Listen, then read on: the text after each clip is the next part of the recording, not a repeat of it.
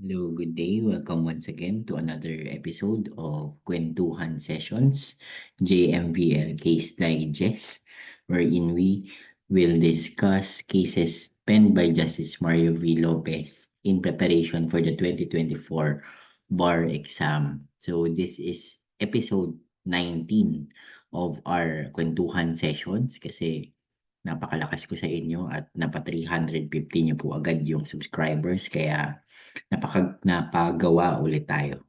Okay, ng para sa episode 19 and hopefully within the week yung para sa episode 20. Pero for this episode, let us discuss first People of the Philippines versus Carlo Diega Pico as the accused appellant. Okay, this is a criminal case GR number 255389, September 14, 2021.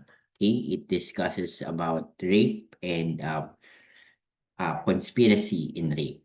Here, the court discusses how conspiracy should be appreciated in the crime of rape. Okay, so let's start. I'll be reading the facts from the full text itself. Okay, hindi dun sa case digest. Kasi yung to be honest, hindi ko siya nilagay sa case digest kasi lengthy siya and yan, being this is a rape case medyo medyo graphic din siya. Okay? And of course, patnubay ng magulang ang kinakailangan. Huwag po natin 'to pakikinggan habang may kasamang bata out loud. Okay? Gamitin na lang po natin yung ating mga headset. Okay? So let's start. Carlo Diega Izabico or Carlo, together with three John Does, were charged with the crime of rape under Article 266A, Paragraph 1A of the Revised Penal Code before the Regional Trial Court. Carlo pleaded not guilty. Okay, bakit lang si Carlo yung pinag-uusapan natin dito? Kasi malamang hindi pa nahuhuli yung mga kasama niyan tatlo. Kasi nga John Doe pa nga rin sila hanggang ngayon. Okay? So, going back, trial then ensued. The prosecution established that on April 14, 2013, at 8 p.m., AAA and her friend JJJ were walking home after tending a grocery store. En route, a certain Ismael blocked their way and invited AAA to hang out. Meantime, JJJ left and went home. So, siguro nasad to si JJJ, bakit lang si AAA yung yung inaya, 'di ba? So, hinayaan niya na ngayon tuloy si AAA. Okay? Ismael then brought AAA to a nearby store and introduced her to his friends, alias Obat, alias Calbo, and Carlo. Obat suggested to have a drinking session. AAA told them that she wanted to go home, but Ismael held her hand and dragged her along. The group proceeded to a nearby riverbank where they started drinking. Obat offered AAA to drink. After initially refusing, AAA drank the liquor. So, syempre nagka-udyukan. Syempre ayaw mo talagang uminom pero since intimidated ka na dahil kasama mo mga lalaki, napapainom ka na lang talaga, di ba? All the while, Ismael held AAA's hand. So, para siguro hindi siya makatakas. Later, the group left the riverbank and went to a vacant lot near the store. Thereat, they continued the drinking session.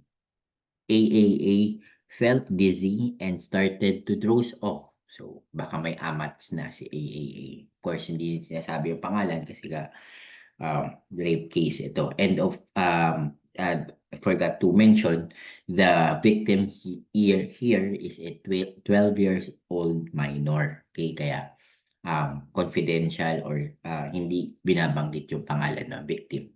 Okay, AAA laid down and saw Carlo remove her pants and underwear. So, inumpisa na siyang hubaran. AAA tried to kick him, but someone held her legs and spread them apart, and another held her hand. So, inumpisa ng pagtulungan si AAA. AAA then felt someone spitting on her vajayjay. Okay? Alam niyo na kung ano yun. Carlo went on top of AAA and inserted his pototoy into her vajayjay and made pumping motions. Okay? So, nag-start na yung ibang session na, di ba? Afterwards, Carlo, Ismael, and Obat took turns in having carnal knowledge with AAA. At that time, AAA was crying and shouting throughout, but no one came to her aid. So, dito pinapakita na according to the prosecution, nanlaban naman si AAA. Although kahit di naman manlaban si AAA, since 12 years old siya, statutory rape din ito, di ba? So, ay sabihin natin may consent siya doon. Okay? Anyways, going back, around 5 a.m. of the following day or on April 15, 2013, AAA awakened, dressed herself, and went home, distraught and muddied. AAA relayed the ordeal to her parents and reported the incident to the barangay hall and the police station. After performing a physical and genital uh, examination on AAA, Police Senior Inspector Maria Felicidad Mercedes concluded anogenital findings showed recent evidence of blunt penetrating trauma to the genitalia. PSI Olida o yung nag-check dun sa genitals niya explained that the injuries on the hymen of the victim could have been caused by an erected pototoy or any instrument with soft, smooth edges. The findings were consistent with the narrative of AAA in the sexual crimes protocol. Okay? So, I hope you would understand kung bakit ko binabago kasi baka mamaya ma-censor tayo ni YouTube. Okay? So, yan. So, sayang naman yung recording natin pag na-censor tayo. Okay? Anyways, um, Carlo denied the accusation. So, ito naman yung side ni Carlo. And claimed that on April 14, 2013, he was engaged in a drinking spree with AAA Ismael Obat, alias Kaloy, and alias Jason at 10 p.m. And Jason. At 10 p.m., Carlo went home to change his clothes. Thereafter, Carlo went out and overheard a group of women looking for AAA. Carlo returned to the drinking spree and told AAA that someone was looking for her. However, AAA did not want to go home because she was intoxicated and will be scolded. Around 11:30 p.m., Carlo went home and slept. So, sinasabi ni Carlo, tulog siya ng mga panahon ng sinasabi ni AAA na nire-rape na daw siya. Okay? The next morning, Carlo was awakened by a loud knocking on his door. A barangay tanod suddenly handcuffed Carlo and said, pasensya ka na kasi yung mga kasama mo ay tumakas. Carlo was brought to the barangay hall and where he was accused of raping AAA. Okay? And on April 16, 2018, 5 years after, the RTC found Carlo guilty of rape and gave credence to the account of AAA, which was supported by medical findings. The RCTC further held that Carlo and his three companions conspired with each other to commit the crime of rape. Lastly, RTC rejected Carlos' defense of alibi considering the short distance between his house and the vacant lot where the crime was committed. Okay? So, sabi ng regional trial court, sige, sabihin na natin, wala ka nga doon, kaya lang may possibility. Okay? There is a greater chance that you could have been in the crime scene given the distance of your house to the crime scene. So, maaring nakabalik ka kaagad sa bahay mo at para magbihis kasi nga malapit lang yung bahay mo. Pero hindi pwede natin sabihin wala ka doon kasi maaaring itinakbo mo lang yun, di ba? So, yun yung sinasabi ng Regional Trial Court. Okay? Therefore, the court find accused Carlo guilty beyond reasonable doubt of the crime of rape. Accordingly, he is hereby sentenced to suffer penalty of reclusion perpetua. Okay? And then Carlo elevated the case to the CA. Okay? Carlo contended that AA's testimony is incredible. Okay, hindi ka paniwala daw si AAA. Hindi sa magaling, kaya incredible. Hindi ka paniwala. Okay? So AAA narrated that she was successively raped by Carlo, Calvo, Ismael, and Obat. And yet, during her direct examination, she could not recall who between the accused raped her after Carlo. Also, Carlo maintained the impossibility of committing the crime because he already went home before the drinking spree ended. Okay, so um, inatake niya yung testimony ni AAA plus inulit niya yung kanyang depensa or yung kanyang depensang alibi na wala siya doon at nakauwi na siya. Okay? So in contrast, the Office of the Solicitor General countered that the testimony of AAA was consistent in all material matters. Moreover, it was not physically impossible for Carlo to be at the crime scene because his house was located near the crime scene. So, hindi maaring alibi given na mas malapit nga yung bahay sa crime scene. So, maaaring ang tinawid lang niya yun, tinakbo niya, and so on. Okay? On June 29, 2020, the CA affirmed the RTC's finding but modified the award of damages. Okay?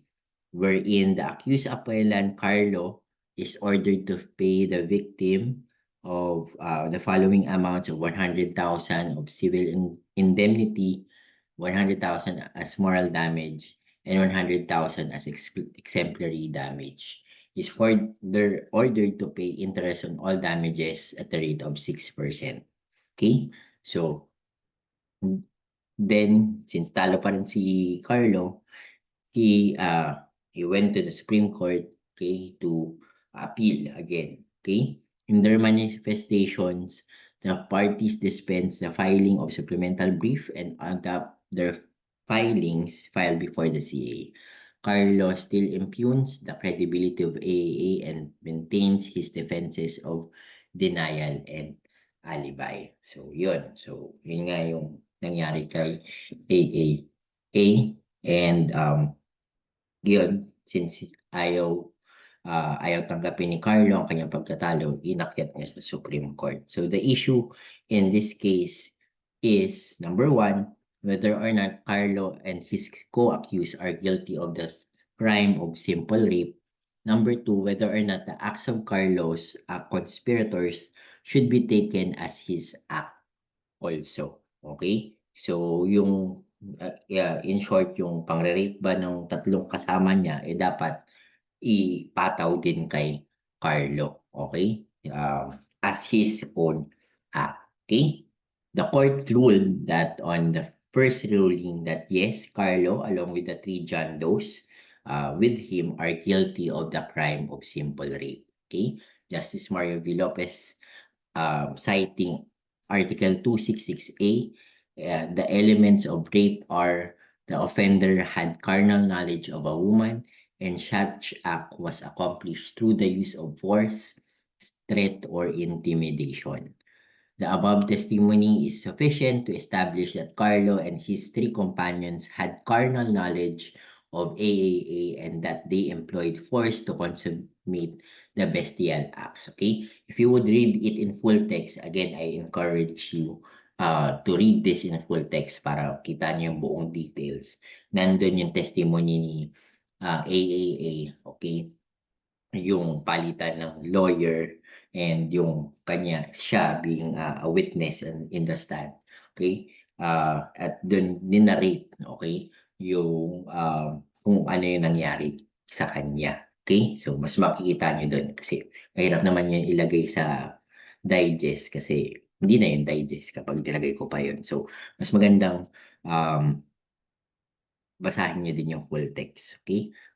Nandun yung nitty-gritty nun at yung para mas graphic pa kung gusto nyong graphic. Okay?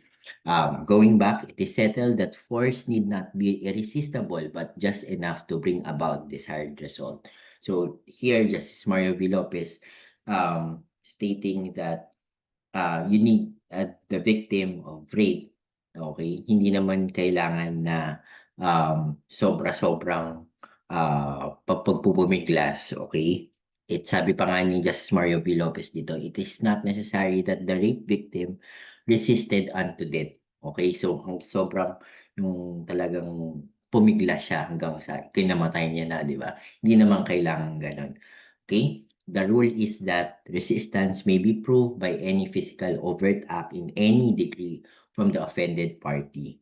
In this case, AAA protested and resisted, but Carlo and his companions forced her to submit their bestial designs. Okay, so that uh, that should apply in the number 2, where the act was accomplished through use of force, threat, or intimidation. So hindi naman ginusto ni AAA na magkaroon ng pangyayari sa kanila, di ba?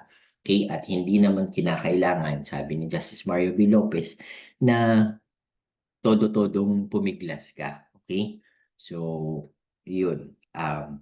Dapat, it can be shown daw, it can be proven through physical overt act. So, dun sa testimony kasi ni AAA, sinabi niya doon na tinatadyakan, sinubukan niyang tadyakan si Carlo nung pumapatong na si Carlo sa kanya.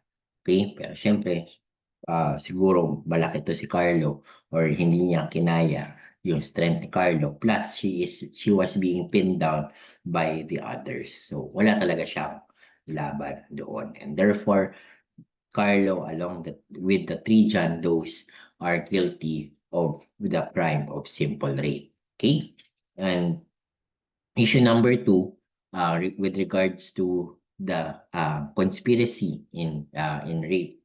Okay, what is the effect of conspiracy in rape? Okay, the ruling of the court through Justice Mario V. Lopez said, yes, the act of Carlos conspirator should be taken as his act also.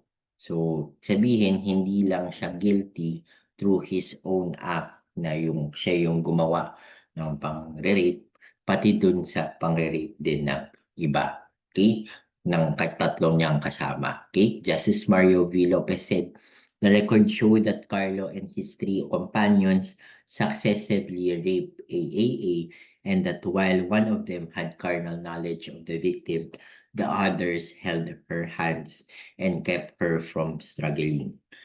Viewed in its totality, the individual participation of each perpetrator pointed to a joint purpose and criminal design. So, di ba ang conspiracy, di ba, pinag-usapan ninyo at meron kayong kanya-kanyang task doon. Hindi naman kailangan na kayo yung gumawa talaga nun. Basta meron kang part doon. Okay? So, yun nga, kahit hindi naman si Carlo yung tatlong, hindi niya apat na beses na ni-rape si AAA, pero dahil tumulong siya sa pang-rape, kasama din yung counts ng 3 sa kanya. Okay?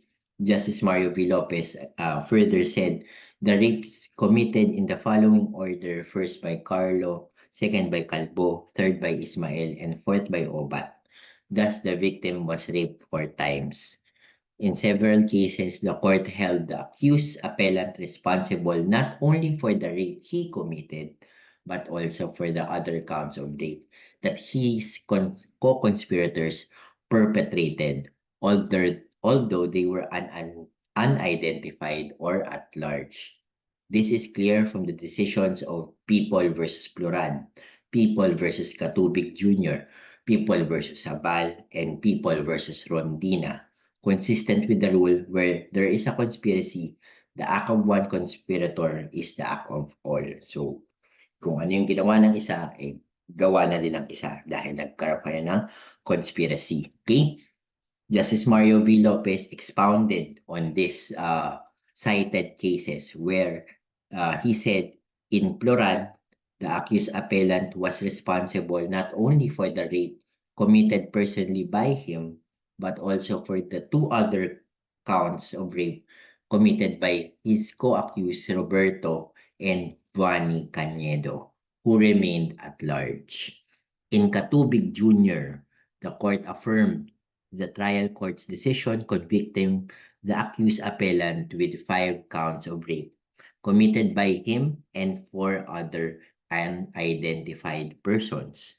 In Sabal, the appellants Tonelo Sabal and Armando Juarez were held liable not only for their own lawful acts, but also for those other 4 unidentified malefactors. In conspiracy, the act of one is the act of the other. So, syempre, yun yung pinaka ng conspiracy, di ba? Therefore, the court affirmed the trial court's conviction of both accused of 6 counts of rape. Okay? Hindi lang yung, again, hindi lang counted yung ginawa nila, pati counted sa kanila yung ginawa ng kasama nila. Okay? Lastly, in Rondina, the accused appellants together with a third person who is still unidentified and at large in, in conspiracy with and helping each other took turns in raping the victim. In view of the established conspiracy among the three, each of them is guilty of 3 rapes for the one he committed and the 2 where he helped his companions to commit. Consequently, Carlo must be held liable for 4 counts of rape.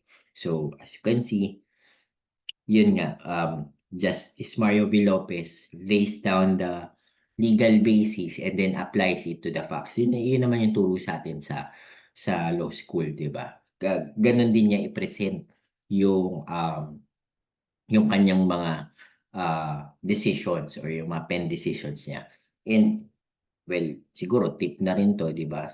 Well, kumbaga basic na naman to na dapat ganun by the time that we take the bar exam, dapat ganito din natin i-present, okay? Para at least sana makapa-full points tayo kapag sumagot tayong ganito. Kasi ganito din kasi sumagot si Justice Mario V. Lopez. Okay? Going back, all told, the court fully agrees with the CA and RTC that the prosecution have established the gravamen of crime of rape, which is sexual congress with a woman against her will without her consent.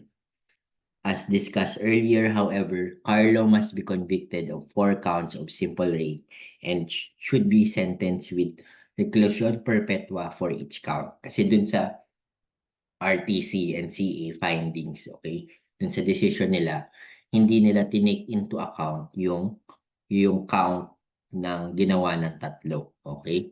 So ang counted lang sa RTC at kay CA yung ginawa lang ni Carlo. Pero in this case, okay, Justice Mario V. Lopez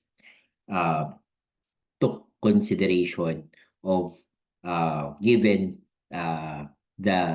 there is conspiracy between all 4 of them and also as supported by jurisprudence as he had laid down, dapat nga daw nakasama yung count ng ginawa ng kasama niya dun sa count ni Carlo. Okay? So kaya 4 counts of simple rape yung kanyang charge dapat and should be sentenced with reclusion perpetua for each count, which merits the award of 75,000 civil indemnity, 75,000 moral damages, and 75,000 exemplary damages for each count to pursuant to prevailing jurisprudence. So medyo mas lumaki yung penalties ni ni Carlo. Okay, sorry. Kasi nga 4 na beses yun, 4 na 75. Okay, tatlong 75,000 times 4 times 4 times 4. Okay? Lastly, Carlo should be made solidarily liable to pay the award of damages for each count. It is settled that the nature of obligation of the co-conspirators in the commission of the crime requires solidarity and each debtor may be compelled to pay the entire obligation. So, hindi niya pwedeng hati yun or hindi pwedeng yung 1/4 lang sa kanya. Okay? Since co-conspirator siya, solidarily liable. So, papasok pa din, di ba, yung civil law natin, di ba? So, yeah. So, since siya lang din naman yung nahuli, siya yung aako ng buong mga penalties na yan. Okay? Yung mga fines, which is the civil indemnity, moral damages, and exemplary damages. So, this is just a short But malaman to, lalo na kapag binasa niyo yung full text. Okay, pero ang gusto lang ituro sa atin dito ni Justice Mario B. Lopez, in this case of People versus Carlo, Diega, Isa, Pico, is actually, aside from the elements of simple rape, ang pinakagusto niyang ituro dito is the effect of finding the the rapist or the accused are in conspiracy with each other, wherein when there is conspiracy, the act of one is the act of all. So hindi lang counted yung kung ano yung ginawa niya, ika-count mo or isasama mo sa count niya yung ginawa ng mga kasama niya kasi nga merong conspiracy. So yun talaga yung gustong ituro dito ni Justice Mario V. Lopez for us students and of course for the bench and the bar. Okay? So I hope that is clear. Maraming salamat po ulit sa patuloy na pagsubaybay. Again, continue if this is very helpful to you. I hope you continue to subscribe and also if you know that this will be helpful to your friends, to others as well who will be taking or kahit hindi magte-take, at least gusto lang makarinig ng mga ganito, eh i-share nyo na din at baka gusto din po nila mag-subscribe para at least tuloy-tuloy ang ating kwentuhan. Again, our mechanics is for every 50 subscribers, increase in 50 subscribers, may 2 episodes tayong idadagdag. Okay, so this is episode 19. I'll try to do the episode 20 within the week kapag hindi na busy. Okay, so yan, maraming salamat po and happy aral sa ating lahat. Thank you.